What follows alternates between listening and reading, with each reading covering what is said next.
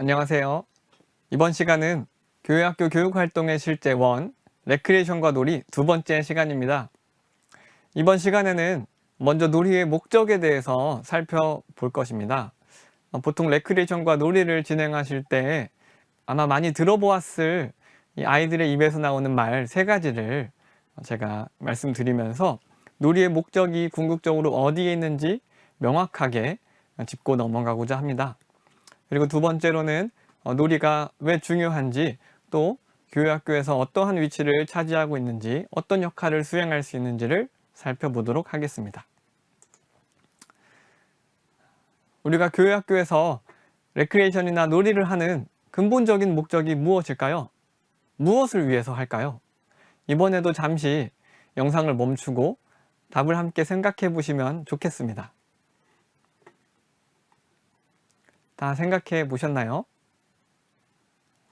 정답을 듣고 너무 허무하실지도 모르겠지만 우리가 레크리에이션과 놀이를 하는 목적은 재미와 즐거움을 얻기 위해서입니다. 너무 간단하죠? 또 너무 당연해서 저건 너무 쉽지, 너무 당연한 거 아니야? 라고 생각하실지도 모르겠습니다. 그런데 사실 우리는 안타깝게도 이 주된 목적을 잃어버리거나 또는 희미하게 가지고 있는 채 이 레크리에이션과 놀이를 진행하는 경우가 많이 있습니다. 또 저도 이것에 대해서 깊이 생각해 보지 않고 아이들과 활동을 하다가 많이 당황스러운 말들을 듣게 되었습니다. 저를 당황하게 했던 말 중에 하나는 바로 이겁니다. 선생님, 그래서 이기면 뭐 줘요? 이 질문을 들어보셨던 경험이 있으시죠? 또 이 질문 때문에 당황하신 적이 있으신가요? 저는 이 질문을 듣고 많이 당황한 이유 중에 하나가 상품을 준비하지 않아서였습니다. 이기는 친구한테 내가 뭘 줄 거를 준비하지 않았습니다. 그래서 당황했고요. 또는 제가 이 놀이를 준비할 때 아이들이 어떤 상품을 좋아할까? 또 이 상품을 준비하려고 하는데 이걸 보고도 만족하지 못할까 하는 그러한 걱정 때문에 많이 당황했었습니다. 하지만 저는 이 놀이의 목적이 어디에 있는지를 분명히 한 이후부터는 이기면 뭐 줘요? 라는 질문에 항상 이렇게 대답해 줍니다. 한번 같이 읽어볼까요? 우리 반의 재미와 즐거움을 위해서 하는 거야. 모두가 즐거운 마음으로 기쁘게 참여하는 것이 가장 멋진 모습이란다. 어떤가요? 아이들이 뭐라고 반응할까요? 네, 별로 반응이 없을 겁니다. 이런 말을 해도 아이들은 다시 아니 선생님 뭐 상품 없어요? 이렇게 말을 하겠죠? 그렇게 말을 한다고 해도 다시 이렇게 말씀해 주십시오. 우리가 이렇게 함께 즐거운 시간을 갖는 게 가장 큰 상품이 아닐까? 네, 이렇게 단호하게 말씀해 주십시오. 어떤가요? 제가 이 상품을 주지 말라고 말하는 것 같나요? 그렇지 않습니다.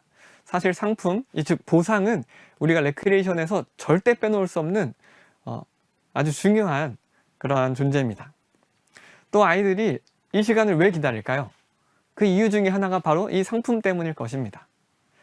그런데 이 시간을 진행하는 우리 교사님들이 이 레크리에이션 시간에, 놀이 시간의 주된 목적이 무엇인지 유념하지 않는다면 이 시간은 단순히 상품 받을 사람을 가려내는 시간이 되고 말 것입니다.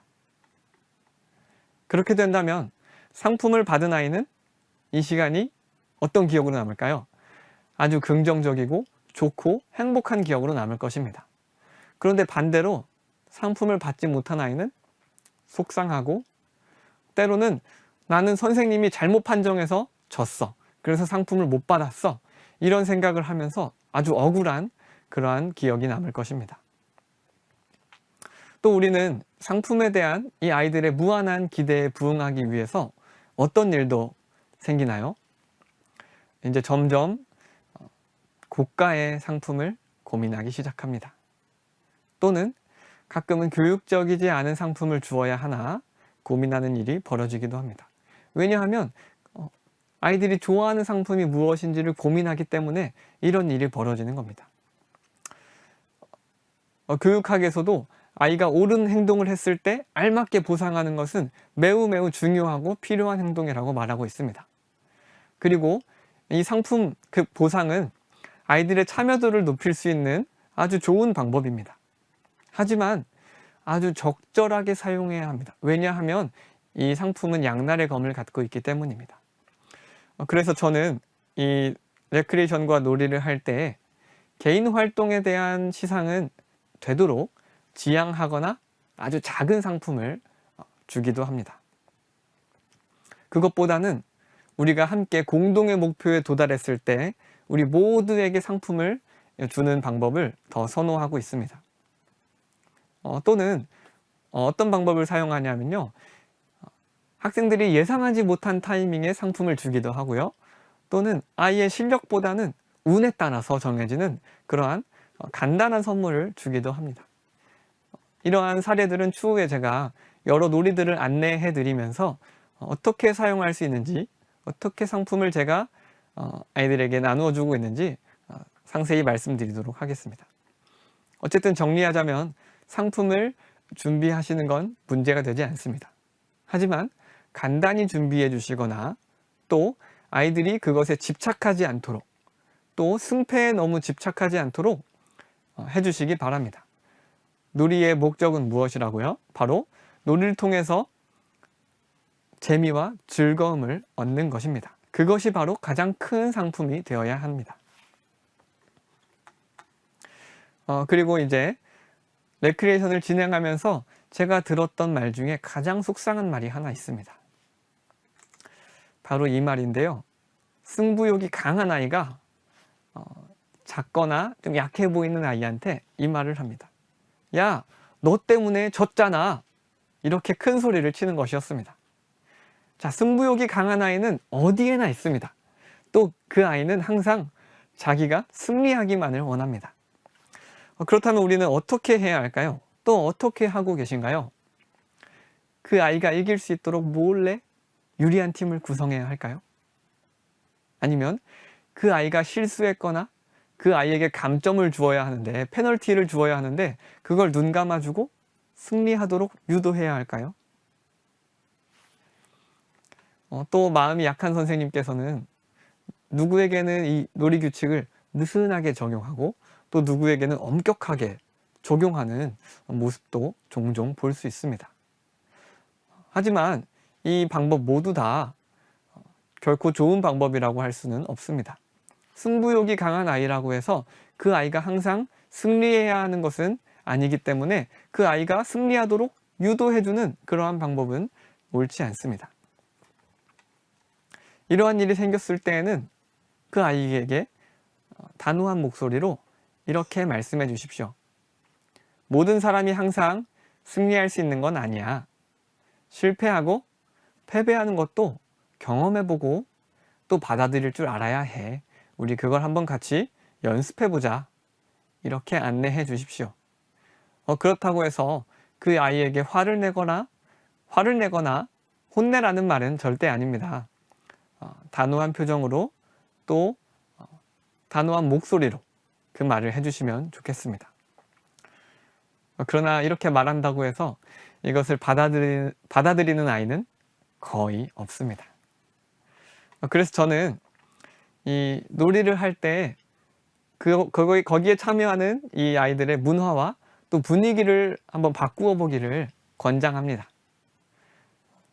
그래서 승자와 패자가 극명하게 나뉘는 놀이보다는 함께 공동의 목표를 달성하고 또 그 가운데에서 기쁨과 즐거움을 느끼는, 협력의 즐거움을 느끼는 그 놀이의 비중을 점차 늘려보시면 좋겠습니다. 예를 들어서 팀을 나눠서 풍선을 어느 팀이 더 많이 튕기는지 놀이를 해본다고 해보겠습니다. 자, 첫 번째 경기에서는 이 두 팀 중에 어느 팀이 풍선을 더 많이 튕겼는지를 비교합니다. 자, A팀 10개 튕겼습니다. B팀 8개 튕겼습니다. 자, 그런데 그 다음 두 번째 경기에서부터는 두 팀의 개수를 비교하지 않고 우리 반 전체 합산 개수가 어떻게 변화하는지, 어떻게 성장해 가는지를 확인해 보도록 하는 것입니다. 그렇게 하면 두 번째 경기에서는 A팀 11개, B팀 11개 합쳐서 22개입니다. 자, 우리 세 번째에서는 22개보다 더 많이 해볼까요? 이렇게 제안해 볼 수 있는 것이죠. 자, 이렇게 하면 정말 놀라운 모습이 펼쳐집니다. 첫 번째 경기를 할 때에는 상대팀이 풍선 튀기기를 할 때 어떤 모습이 있을까요? 실패해라. 또 실패하면 와, 쟤네 몇 개밖에 못했어. 이렇게 상대방의 실패를 기뻐하는 환호성이 오갑니다. 하지만 두 번째 경기에서부터는 서로를 응원하고 또 위로하는 말이 오고 갑니다. 괜찮아, 더 잘할 수 있어. 우리 세 번째 경기에서는 한 개라도 더 해보자. 이렇게 아주 멋있는 또 예쁜 말이 오고 가는 놀라운 모습을 보실 수 있을 것입니다. 그렇다고 해서 승패가 갈리는, 승자와 패자가 결정되는 놀이를 아예 하지 않을 수는 없습니다. 다만 그런 놀이를 하시더라도 아까 첫 번째로 말씀드렸듯이 승자에게는 소소한 선물을 주시면 되겠습니다. 또 그 후에는 모든 아이들이 즐겁게 참여했는지를 물어보는 그 질문을 추가해 주시면 되는 것입니다. 그래서 이렇게 승리에 대한 집착을 점차 줄여나가는 놀이 문화를 만들어 보시면 좋겠습니다. 저는 그래서 학교에서 아이들과 빙고 게임을 할 때 빙고가 끝나면 꼭 2가지의 질문을 합니다. 자, 오늘 빙고는 5빙고 이상을 하면 승리합니다. 이렇게 말을 하고요. 빙고를 열심히 합니다. 자, 이제 빙고 끝. 자, 이번에는 5빙고 이상 한 사람 손 들으세요. 와, 많이 들었습니다. 축하합니다. 5빙고 이상 했군요. 자, 이렇게 방금 손든 아이는 아주 행복하고 또 기세등등한 좋은 기억으로 남겠죠. 그런데 여기서 끝난다면 손을 들지 못한 아이는 이 게임이 끝난 후에 내가 실패했고 패배했다는 부정적인 인식을 갖게 됩니다. 그 이유는 무엇일까요? 내가 손을 들지 못했다는 그 이유 하나만으로 그러한 마음을 갖게 되는 것입니다. 그래서 저는 모든 아이들이 손을 들 수 있는 기회를 제공합니다. 한 가지 질문을 추가해서 말이죠. 자, 이번 빙고 게임에 재미있게 참여한 사람 모두 손 들으세요. 그러면 정말 놀랍게도 모든 아이들이 번쩍 손을 듭니다. 이 질문을 추가해서 모든 아이들이 손을 들 수 있는 기회를 제공하는 이 간단한 것 하나만으로도 우리는 놀이의 목적을 달성할 수 있는 것입니다. 자, 세 번째로 제가 놀이를 할 때 들었던 말 중에 참 마음이 아팠던 말 하나는 바로 이겁니다. 선생님, 재미없어요. 표정도 이렇게 안 하죠? 선생님, 재미없어요. 저 안 할래요. 또는 저 다른 거 그냥 하면 안 돼요? 이렇게 말을 하는 것을 들은 적이 있습니다. 선생님들 중에서도 이 말을 들으신 적이 있으신가요? 아이들로부터 이 말을 들으셨을 때 어떤 생각이 들으셨나요? 또는 만약 내가 열심히 준비한 이 레크리에이션을 하고 있는데 이 말이 들려온다면 어떤 마음이 들 것 같은가요? 저는 이런 마음이 들었습니다. 내가 열심히 이 놀이를 준비하고 또 준비물과 선물들도 준비했는데 선생님, 재미없어요. 안 할래요. 다른 거 하면 안 돼요? 이 말을 들으니까 속상하기도 하고 또 때로는 그 학생이 얄밉기도 하다는 생각이 들었습니다. 그런데 우리는 그 말을 한 아이의 그 말을 한 숨은 의도를 한번 찾아보아야 합니다. 만약에 그 말을 한 아이가 초등학교 저학년 1, 2, 3학년이라면 대부분의 경우는 정말로 자기가 하고 싶은 재미있는 놀이가 있어서 그 말을 하는 것입니다. 전에 선생님이랑 정말 재미있는 놀이를 했었는데요. 정말 재미있는 딱지치기 했었는데요. 새로운 것 말고 그 딱지치기 하면 안 돼요? 하는 의미로 선생님께 그런 말을 하는 경우가 대부분일 것입니다. 그런데 초등학교 고학년 이상이라면 4학년 이상이라면 조금 다릅니다. 아마 그 아이는 직전에 한 놀이에서 졌거나 또는 그 전에 놀이를 진행하는 선생님께 어떠한 불만을 갖고 있을 수 있습니다. 그래서 그 불만이 선생님 재미없어요, 안 할래요 라고 표출되는 경우가 더 많은 것입니다. 자, 이럴 때 우리는 어떻게 하는 것이 좋을까요? 만약에 분반 시간 중에 짜투리 시간을 이용해서 간단한 놀이를 했다. 그런데 그 중에 그런 말이 나왔다면 놀이를 중단하거나 또 아이의 의견을 수용해주는 그러한 방법이 더 좋을 수도 있습니다. 그래서 그 아이의 속마음이 어떠한지 경청해주고 또 위로해주고 공감해주는 그 편이 더 좋을 것입니다. 하지만 교육학교 전체가 참여하고 있는 시간이었고 또 공식적인 시간이었다면 어떤 경우에라도 정말 초등학교 저학년처럼 정말 재미가 없어서 그랬든지 또는 불만이 있어서 그랬든지 선생님이 준비한 활동들에 즐거운 마음으로 참여하고 또 재미있는 시간을 보내기 바란다는 것을 그 아이에게 명확히 이야기해 주어야 합니다. 이렇게 몇 차례 적극적으로 권하다 보면 그 아이는 어느새 그 속상한 마음을 잊고 가장 열심히 참여하는 아이가 되는 모습을 발견할 수 있을 것입니다. 지금까지 레크리에이션과 놀이의 목적에 대해 살펴보았습니다. 앞에서 살펴본 대로 만약 상품이나 또는 아이의 강한 승부욕 때문에 곤란한 일을 겪어보셨다면 레크리에이션이나 놀이 시간을 갖는 목적에 대해서 다시 한번 교사님이 마음속으로 정리해 보시기를 바랍니다. 이 놀이 시간은 상품을 줄 학생을 가려내는 시간이 아닙니다. 또 승패를 가리는 그러한 시간이 아닙니다. 바로 선생님이 준비한 활동에 즐겁게 참여하고 또 재미있는 경험을 갖도록 하기 위해서 그 시간을 갖는다는 사실을 명심하시기 바랍니다. 자, 이제 끝으로 놀이의 중요성에 대해 살펴보겠습니다. 미국의 토드 휘테커라는 교수는 이렇게 말했다고 합니다. 마음을 얻어라, 그리고 가르쳐라. 교육계에서는 꽤 널리 알려져 있는 말입니다. 이 강의를 듣고 계시는 교사님들은 교회학교에서 무엇을 위해 노력하고 있습니까? 또 교회학교 교사의 가장 근본적인 직분이 또 사명이 무엇일까요? 교회학교 학생들이 하루라도 빨리 복음을 깨닫고 또 구원을 받으며 예수 그리스도를 구주로 영접하도록 하는 것 아닐까요? 또 그것을 위해서 많은 말씀을 가르치고 계시지요.